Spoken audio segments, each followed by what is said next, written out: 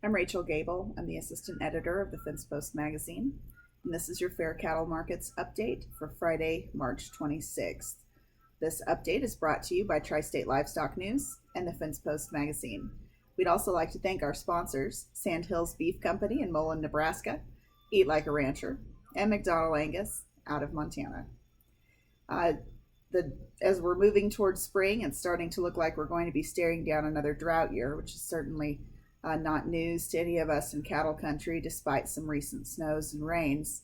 The drought monitor today said that for the contiguous 48 states, 43.5% of the area is in moderate drought or worse, compared with 44% a week prior. Drought is now affecting over 81 million people, compared with 77 million a week ago. The South Dakota Association of Conservation Districts today released an article touting the importance of making a drought plan to save the grass, soil, and cows, as many of us are staring down another drought year. Bart Carmichael said that he knows about drought challenges through his 3 decades, of cow-calf, as a cow-calf rancher near Faith, South Dakota.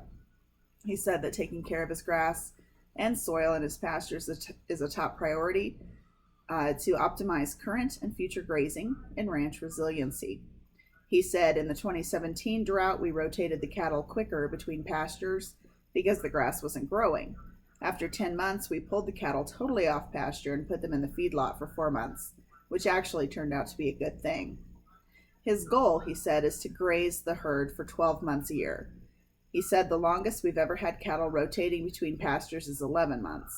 When the weather dictates that we can't graze, we put them on hay, move them off pasture, or do whatever it takes. But when the drought breaks, we go right back to grazing the same pasture where we left off. An important part of his drought plan is herd management by key dates when the rains stay away. Even just running mother cows on pasture, we have ranked them A, B, and C herds. When drought forces a stocking rate reduction, C herd is the first to go, while he maintains the primary A herd and the secondary B herd. The scenario played out in the 2017 drought. He said that we sold the C and B herds, keeping our core A herd. The A herd was put in the feedlot for 4 months. And when the weather finally changed, they were able to have a little bit of green grass left that responded to some spring moisture, and they were good to go.